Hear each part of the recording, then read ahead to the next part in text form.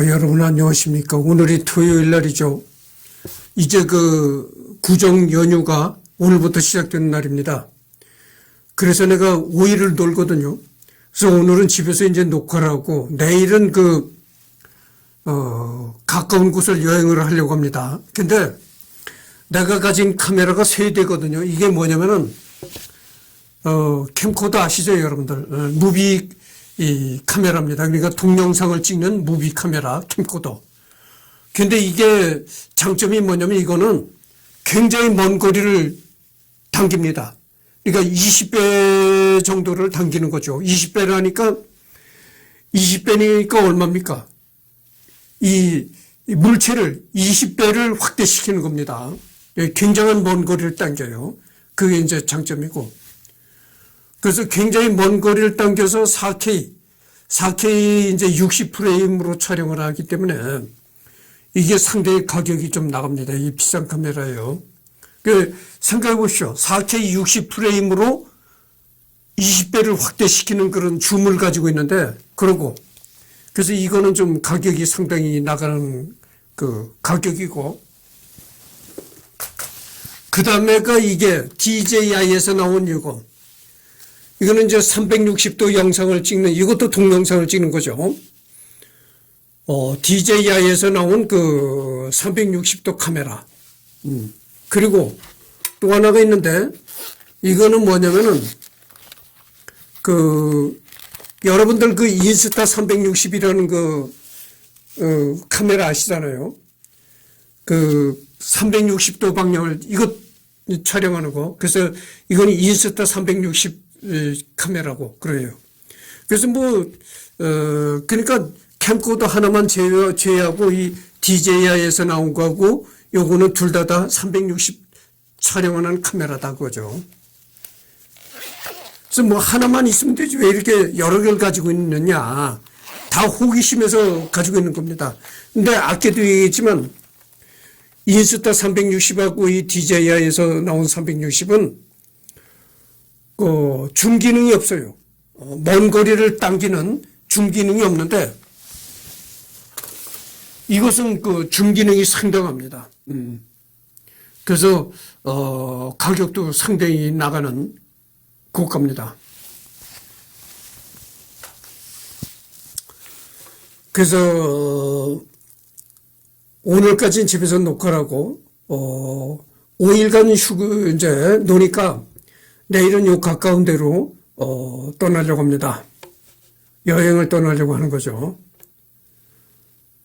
걔 누가 여행 얘기를 하면 그래. 국내 여행은 너무 시시하지 않느냐. 해외 여행을 해야지 국내 여행은 너무 시시하다 그러는데 요즘엔 이 미디어가 잘 발달이 돼가지고요. 전문적으로 그 해외 여행만 해서 촬영해가지고 올리는 사람들이 있어요. 유튜브에. 아니, 그것만 봐도 해외여행을 하는 것이지. 아니, 해외에 나가서 돌아다녀 본들 뾰족한 특별한 게 있나요? 그냥 안방에서 그냥 다 보는 거야. 공짜로. 너무 공짜로 좋아해서는 안 되겠지만, 어쨌든 간에 돈 한 푼 안 들이고, 집안에서 다 이렇게 세계를 다 보는데, 뭐더러 그 비싼 돈을 들이고, 해외여행을 할까 이런 생각도 합니다. 그래서 나는 해외여행은 안 하지만 일부러 내가 안 해요.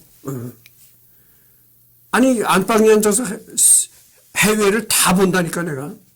저 유럽의 중요한 여행지를 다 돌아보고 미주 지역, 캐나다, 미국 이런데 남미 지역, 오세아니아 지역, 아프리카 다 이 전 지구를 내가 다 보는 사람이에요. 그랬던 걸 말씀드립니다. 그래서 여러분들 한국 여행이라고 시시하게 여기면 안 됩니다. 한국도 굉장히 좋은 곳이 많아요. 한국을 제대로 잘 모르니까 그런 얘기를 하는데 한국도 상당히 좋은 데가 많고 한국도요. 내가 한국을 그렇게 돌아다녀 봤지만 나도 참 많이 돌아다녀 봤어요. 근데 아직도 내가 안 가본 곳이 많아요. 내가 이 최고남단이 어딥니까? 마라도잖아요, 마라도. 그 다음에 서단이 어딥니까? 홍도. 그리고 우리나라의 동단이 어딥니까? 독도잖아요. 그래서 독도, 마라도, 홍도를 내가 다 가봤다니까. 그런 사람이에요. 그래서 이제 여기부터 할 차례죠. 법정. 제갈량과 법정은 비록 좋아하고 숭상하는 바가 서로 같지 않았으나 공적인 도의로 서로 따랐고 제갈량은 늘 법정의 지모와 권세를 높게 여겼다.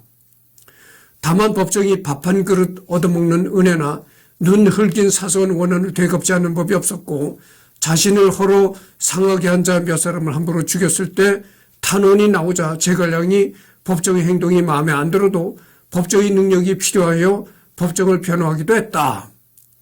이런 점 때문이지 삼국지연의 이외의 미디어 믹스 만화나 드라마에서는 관우와 제갈량이 대립하는 묘사처럼 정치적으로 법정과 제갈량이 둘 다 유비를 따른다는 뜻은 같으나 방향성에 대해 대립하는 묘사가 나온다. 전번 시간에도 내가 얘기를 했지만 이 삼국지연의라는 것은 본격적인 역사 서적이 아니고 소설이니까 역사 소설이라는 차원에서 픽션이 많이 개입이 됐다.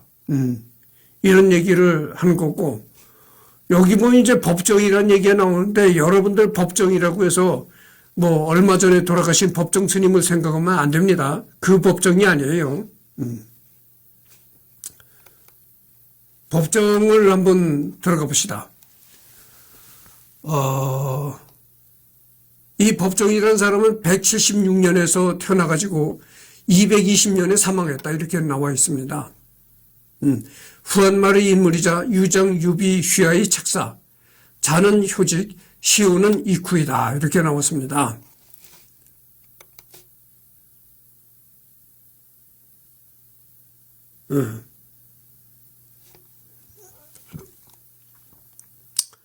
이후 유비가 황제에 오른 뒤 장차 동쪽으로 손권을 정벌해 관우의 치욕을 되갚으려 하니 묻 신하들이 여럿 간언했으나 하나같이 따르지 않았고 이릉대전에서 크게 패하고 백제로 돌아와 머물게 되었다.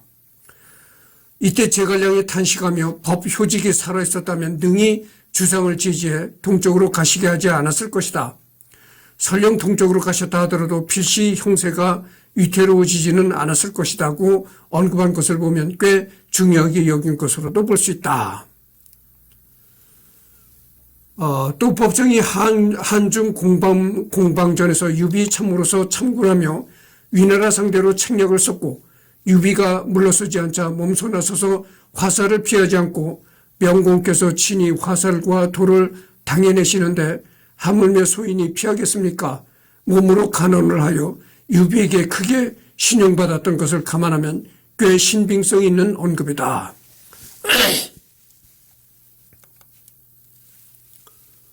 또 관우, 장비, 조군의 버금가는 유비의 충직한 신하였기에 살아있었다면 이주토박이로 오해받는 이엄 대신 제갈량과 같이 탁구를 맡았을 가능성이 꽤 있었다.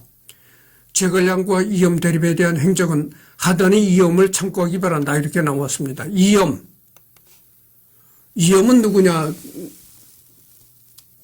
이엄은 누구인가? 간략히 좀 알아봅시다. 이엄은 이제 총나라의 인물이고 234년에 사망했다. 난양시 출신 인물이다. 이렇게 나왔습니다. 목에 자꾸 목이 잠깁니다. 이해하시기 바랍니다. 후한말과 삼국시대 촉간의 인물이며 자는 정방으로 형주 남양군 사람이다. 230년에 이름을 평으로 개명했다. 이렇게 나왔습니다. 젊었을 적에 남양군이 관리가 되었고 재주가 뛰어나 칭찬받았다. 유표가 여러 군현의 장을 맡도록 보냈다. 자기 현을 다스리고 있다가 조조가 형주로 들어오자 촉당으로 달아났다. 유장이 성도의 현령으로 임명했으며 또 유능하다는 평가를 받았다. 이렇게 나온 내용. 현령이라는 것은 지금의 지방의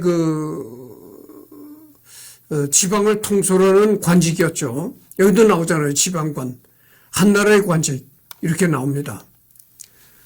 전근대 한국사, 중국사에서 현의 지방관, 현은 군치하 행정구역으로서 대체로 한 군에 10개 정도의 현이 소속되어 있다. 그래서 이때의 현이라는 것은 중국 고대 시대의 현이라는 것은 지금으로 말하면 군소재지라고 할 수 있다고 하죠. 그러니까 군을 통솔하는 지도자였으니까 어떻게 되겠어요? 요즘 말로 하면 군수라고 해야 되겠죠.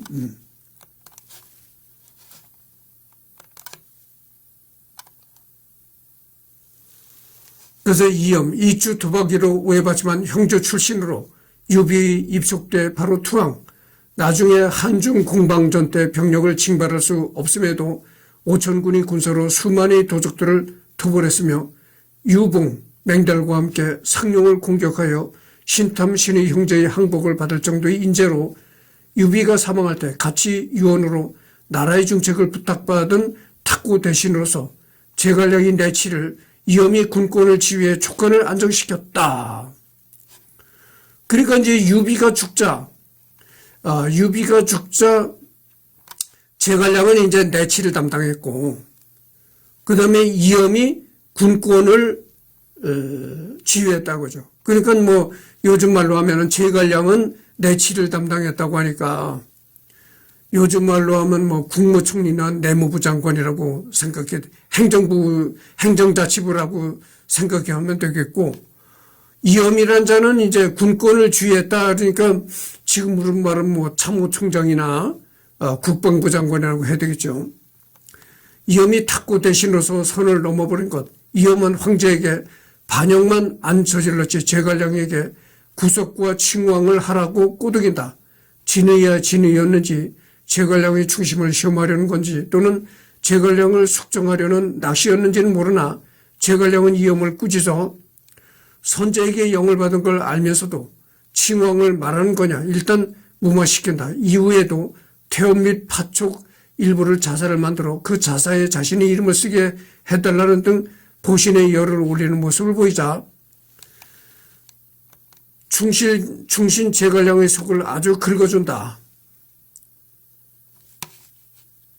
어찌되었든 탁구 대신으로 받을 정도로 신뢰와 능력이 있는지라 제갈량은 4차 북벌 때 신하들이 어찌 이염에게 너무 우대해줍니까 할 정도로 이염을 믿고 권위를 실어주면서 이염에게 보급을 맡기고 4차 북벌을 강행, 4차 때는 사마의 곽회 장합을 상대로 연승을 거두고 촉관의 우세가 된 상황에서 갑자기 이염이 장마라는 자연재해 때문에 보급이 불가하다는 편지가 오고 아무리 우세한 상황이라도 보급이 안 되면 진행이 안 되기에 제갈량은 눈물을 머금고 퇴각한다. 막상 촉관을 귀환했을 때 이염은 군량이 충분한데 왜 돌아오셨습니까? 라며 일을 제대로 처리하지 못한 책임을 감추려고 했다.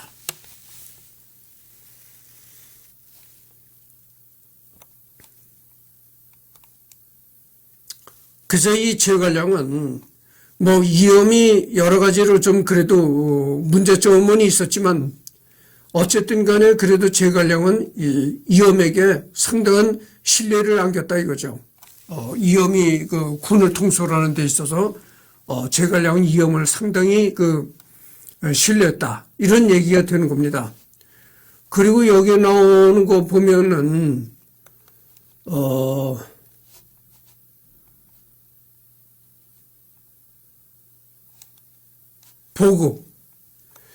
보급이 안 되면 진행이 안 되게 제갈량은 눈물을 먹고 퇴각한다 이랬거든요. 그래서 예나 지금이나 이 보급이 상당히 중요한 겁니다. 그러니까 뭐 동서고금을 막론하고 이 전쟁사를 훑어보면 말이죠. 전쟁에서는 이 보급이라는 게 상당히 중요한 거죠. 죽느냐 죽이느냐 그런 피 어린 전투에서도 보급이 끊어지면 안 되는 겁니다. 여러분들 아무리 이 피를 흘리는 치열한 전쟁을 벌이는 전쟁터에서도 먹어야 전쟁을 하는 것이지 먹지 않고서는 전쟁을 할 수가 없는 거거든요. 그래서 이 보급이 상당히 중요한 겁니다. 먹어야 되고 거기에 뭐 날씨가 추우면은 또 두툼한 옷이라도 입어야 되고 그래서 이 보급이 상당히 중요한 건데 보급이 끊어지면 죽는 겁니다. 그래서 여러분들 그 6.25 때도 김일성이가 이제 대한민국을 침략했잖아요. 침략해가지고 뭐 서울을 점령하고 그 부산만 남기고 다 김일성이가 점령을 했었는데, 그러다 보니까 어떻게 되겠어요? 이 보급선이 굉장히 길어지는 겁니다. 그러니까 이 미군이 이 보급선마다 폭격을 하는 거예요. 보급로를 차단시키는 겁니다. 그래서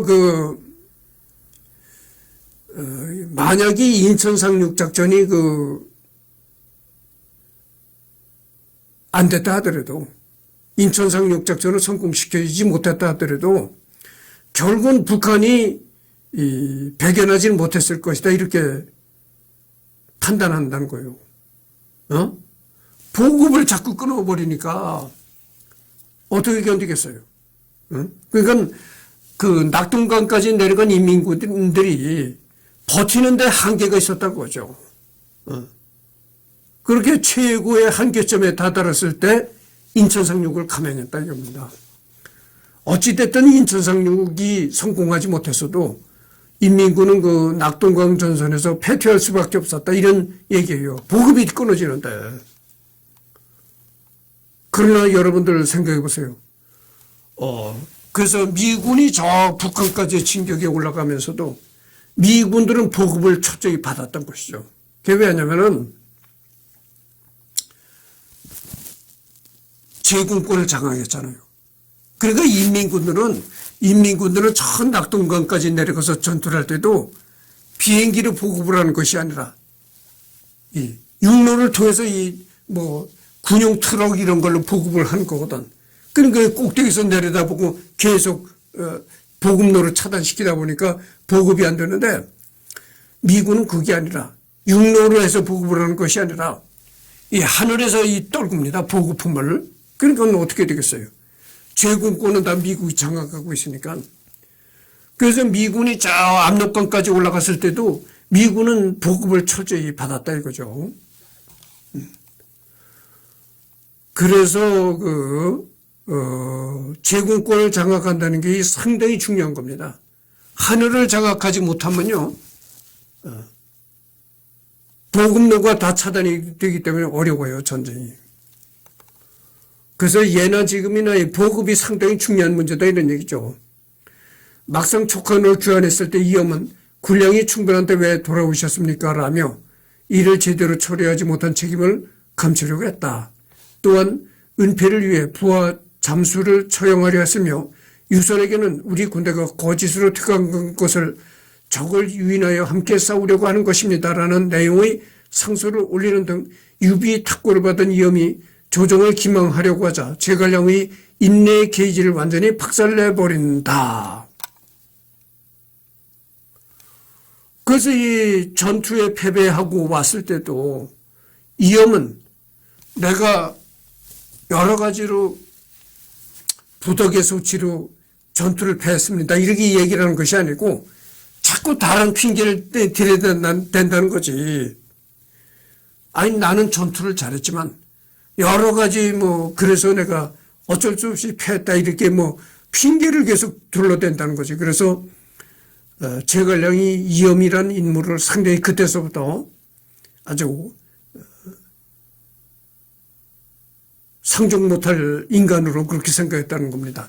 인내 게이지, 참을성, 이 제갈량이 참는데도 한도가 있다고 하죠. 아무리 이엄이 잘못이 있다 하더라도 같은 탁고 대신인 만큼 제갈량은 증거를 정확하게 수집하고 정리하여 대소신료들의 의견을 모아 정식적 절차를 밟아 유선에게 상소를 올려 이엄을 탄핵했으며, 여기서 나오는 상소문에서는 같은 탁고 대신으로서 이엄에 대한 배신감이 철저하게 드러난다. 그래서 결국은 이엄이 이제 탄핵을 당하는 그런 상황을 맞이한 거죠. 이후 이엄은 유선에게 용서를 구했으나 유배되었다. 그래도 제갈량은 이엄을 다시 쓰려고 이엄의 아들 이풍, 연조제로 같이 처벌받았지만 유백은 이엄과들에게 직위가 강등당하는 선에서 그쳤다. 이엄의 아들 이풍에게 서신을 보내 몇 번이나 파직당하고 복권한 초나라 명재상을 빗대어 진심으로 뉘우치고 나라의 힘을 쓴다면 다시 써주겠다는 편지를 보냈다. 다만 오차에서 제갈량이 사망하자 이엄은 자신이 복권되지 않을 걸 알고 화병이 들어 사망한다.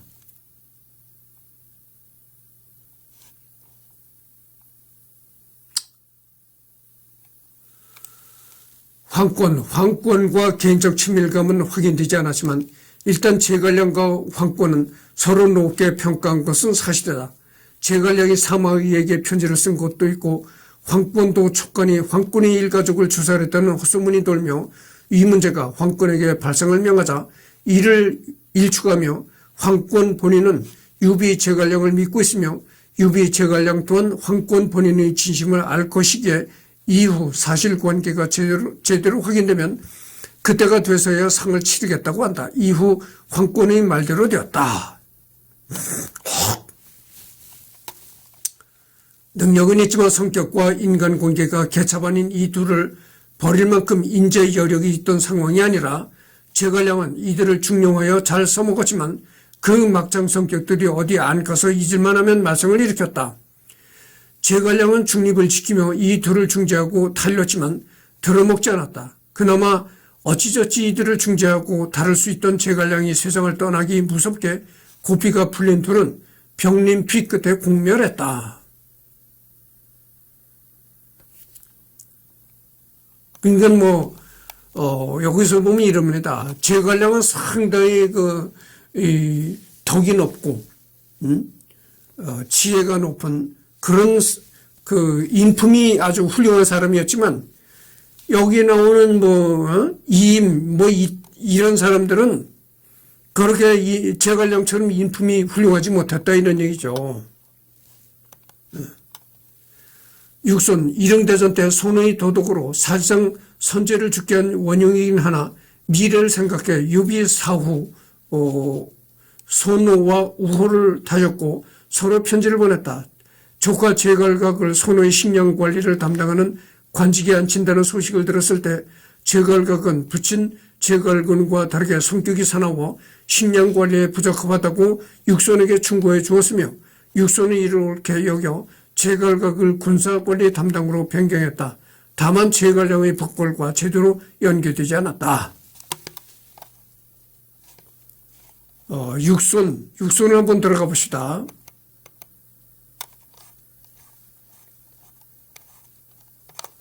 여기서 이제 육손은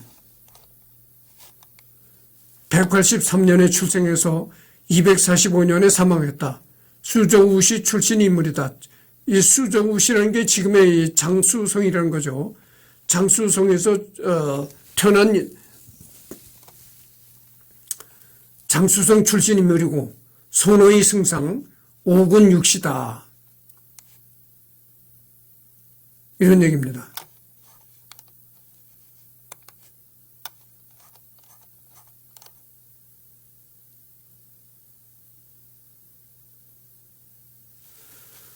승상은 이제 중국사의 관직으로 전근대 중국의 재상을 대표하는 말 중 하나이다. 그러니까 재상을 대표하는 관직이라고 하니까 전번에도 얘기를 했지만 이 승상이라는 것은 지금으로 말하면 국무총리 이런 직함이 되겠죠. 그래서 깊이 들어가지 않겠습니다. 지금 어디까지나 제갈량을 하는 시간이잖아요. 맹달. 연인의 정사에서 제갈량의 2차 북벌 때 위나라에 투항한 맹달의 배신을 이용해 북벌을 스무스하게 처리하려다가 맹달의 계획 누설과 사마의 신속한 공격으로 16일 만에 반란이 평정되었다. 수준이지만 알고 보면 꽤 복잡한 관계다. 맹달은 유장 휘하였을 때 맹달은 유비가 입축 당시 유장을 배신하여 익주를 정복하는 것을 도와줬고 제갈량 입장에서 서로 공적 관계였으나 능력을 인정받는 법정과 친밀한 관계라 불안은 없었을 것으로 보인다. 유비는 조조를 몰아내고 한중 공방전에서 한중을 손에 넣고 맹달과 유봉에게 상용군을 공격하게 했으며 맹달은 자기 위원에서 출정하여 박능군을 쳐서 박능군 태수 괴기를 죽였는데 괴기는 일찍이 제갈량의 큰 누나와 결혼하였으므로 제갈량의 자영인 셈이며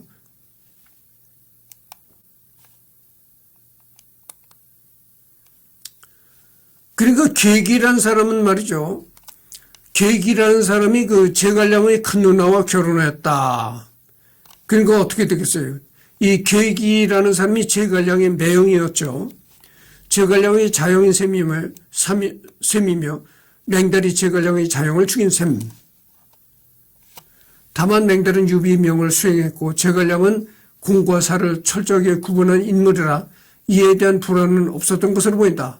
나중에 상룡에서 맹달이 관우를 구원하지 못해 책임을 물을까 봐 위나라로 투항한 이후 나중에 투항한 왕축이 맹달의 처소에서 제갈량 이를 갈며 맹달이 처자를 죽이려 한 걸 유비가 만류했다는 얘기를 듣고는 제갈량은 본말을 잘 살피는 사람이라 결코 그렇게 하지 않았을 것이오라고 답했다. 다만 배신 계획을 서신으로 보냈을 때는 맹달의 언행을 늘 이랬다 저랬다 하여 자꾸 고쳤고 제갈량은 맹달이 스스로 화를 일으키기를 염려했다.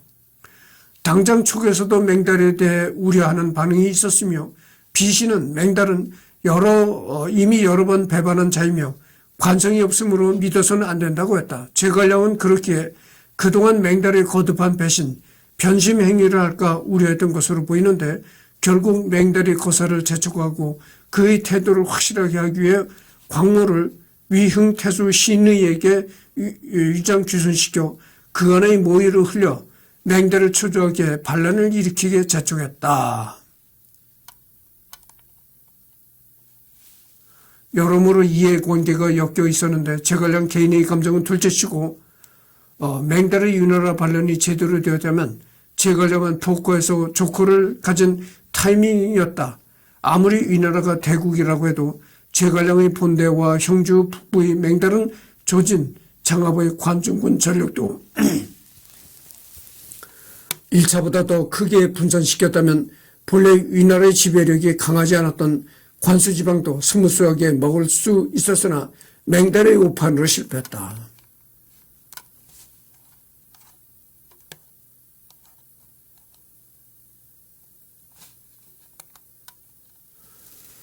그러니까 여기 보면은 이 제갈량은 상당히 그 공과사를 아주 냉정하게 처리하는 그런 그 아주 사람이었고,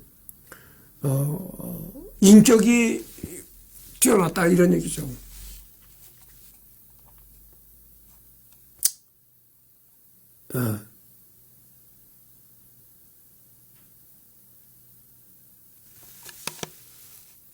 적대관계, 조조, 소주 대학살이 원인이다. 제갈량은 원래 소주에서 살고 있었는데 조조가 거기서 사람들을 닥치는 대로 죽여댔다. 사마이 4차 북벌과 5차 북벌에서 첨예하게 대립한 숙적으로 이 둘의 라이벌 관계는 삼국지에서는 아주 유명하다. 한편으로는 내심 서로의 능력을 인정하는 면모를 보여줬으며 전쟁터에서도 서신을 교환하였다. 그래서 지금은 제갈량을 하고 있잖아요. 그래서 언젠가는 이 조조도 할 겁니다. 왜냐하면 이 제갈량도 삼국지에서 제갈량도 유명한 인물이지만 이 조조 또한 참 굉장히 유명한 인물이거든요. 그래서 조조를 할 수밖에 없죠. 그래서 조조를 조만간 할 것입니다. 학소 2차 북벌의 난적으로서 단 1만 명의 병사로 수만의 촉군을 상대한 위의 명장 학소가 쌓은 신장성은 제갈량도 무리라고 판단하여 학소와 같은 고향 출신인 근상을 보내 항복을 3번씩이나 권유했지만 전부 씹혔다.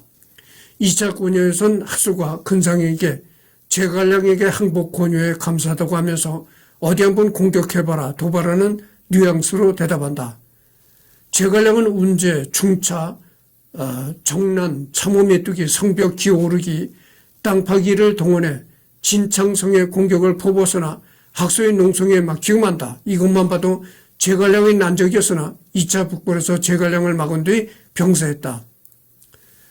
나관종은 어떻게든 제갈량에게 설욕의 기회를 주고 싶어서 제갈량이 후퇴한 사이 학소가 병에 걸려 누워있다가 역습에 놀라서 죽었다는 창작을 억지로 연희에 집어넣었다. 그래도 자기를 패퇴시킨 학소를 존중한다는 뜻에서 장례를 치러주고 시신은 본국으로 보내줬다.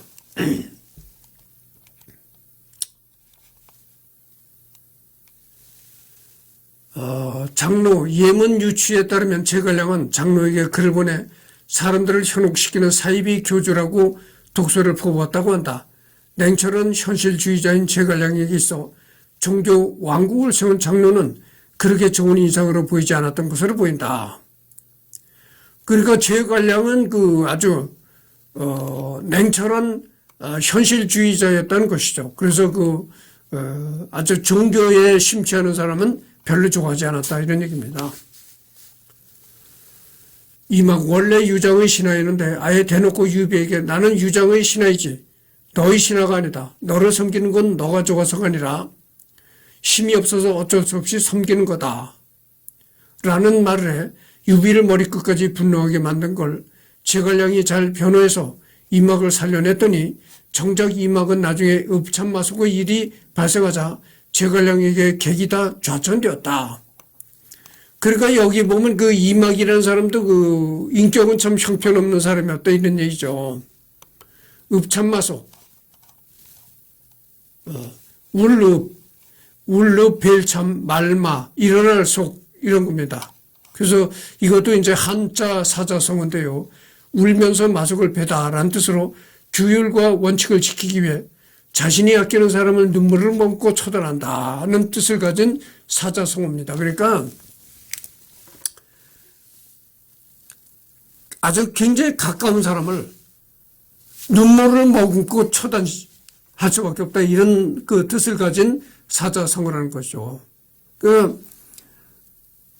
공과 사는 달려야 된다 이런 얘기를 했잖아요. 공적인 입장에서 아무리 사적으로는 친하지 굉장히 친한 사이지만은 그러나 공적인 입장에서는 어쩔 수 없이 처벌할 수밖에 없다 이런 얘기죠. 그것은 이제 읍참마속이라는 거라고 한다는 거죠. 눈물을 머금고 처단할 수밖에 없다.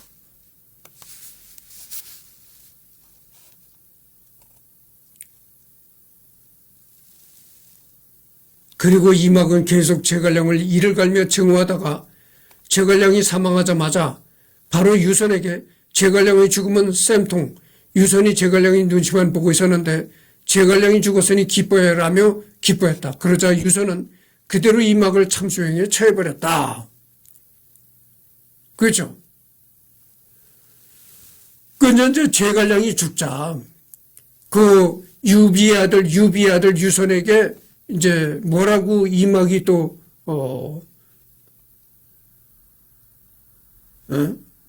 간신질을 하냐면은 제갈량이라는 건 아주 눈치만 보는 놈이고 나쁜 놈이었다.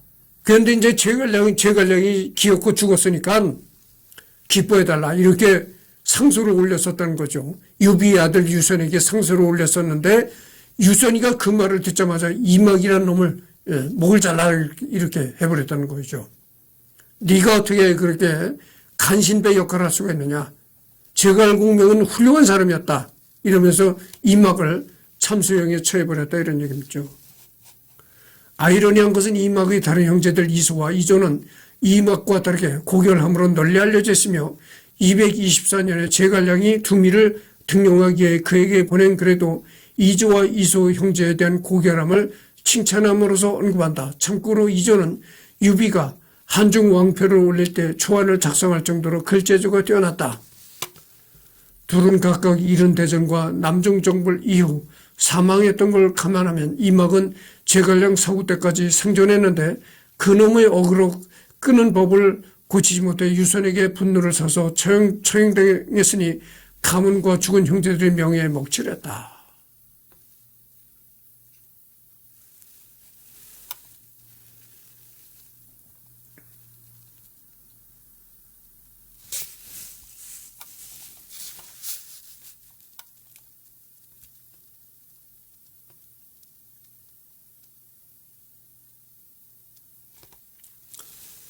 관련 문서, 제갈량 생애 뭐 이런 게 나왔죠.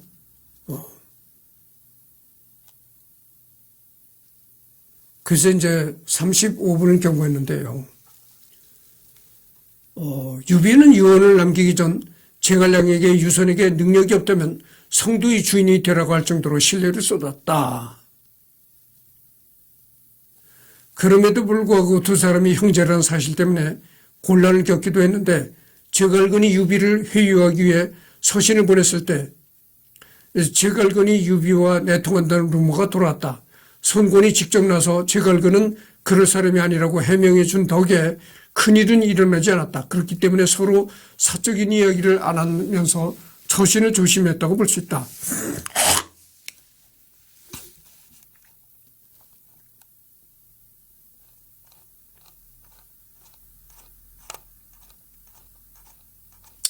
그래서 이제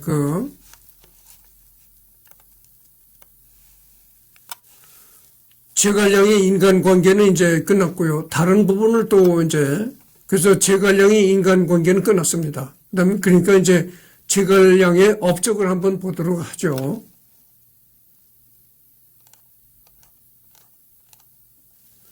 제갈량의 업적을 다루는 항목이다. 사실 제갈량은 소설 삼국지, 특히 삼국지연의에서 나오듯이 기략을 꾸며내는 군사적인 천재라기보다 정치 기재였다. 픽션보다 현실이 더 대단한 사람인 사례로 형주를 잃고 일흥대전 이후 거의 망국의 길로 접어든 촉한을 5년 안에 안정시키고 생산력을 폭발적으로 늘려 북벌이 가능하게 한 행정과 정치 초인이라고 봐도 좋다. 제갈량은 상당히 인격도 뛰어났을 뿐 아니라 여기 본 능력이 뛰어났다는 겁니다. 일흥대전이라는 전투 이후에 촉한이 거의 망하는 단계에 들어섰었다는 거죠. 그런데 그렇게 망하는 길로 들어섰던 촉한을 5년 안에 안정된 나라를 만들었다 이거죠. 제갈량이. 그러니까 이 제갈량이라는 인물은 상당히 행정, 정치, 나라를 다스리는 거기에 상당한 유능한 사람이었다 이렇게 본다는 거죠. 지금 보면 당연하다 할 만한 업적이지만 제갈량이 살았던 시기는 지금보다 1700년의 전의 시기다. 사실 제갈량이 현실에서 이룬 업적은 오버 테크놀로지에 가까운 것으로 연의에서 묘사된 군제보다 훨씬 더 어려운 일이었다. 전쟁 한 번으로 군사력과 경제력 대부분을 잃고 쫄딱 망한 나라를 단 5년 만에 부강한 부자 나라로 만들어 건국 당시 국력 및 경제력이 10배 이상 차이나는 위나라를 따라잡고 북벌을 시작한 것이다. 한마디로 말해 자신의 천재성을 쥐어짜 극한까지 펼쳐낸 천하의 기재임은 연의 소설이나 실제 역사에서나 부정할 수 없는 사실이다.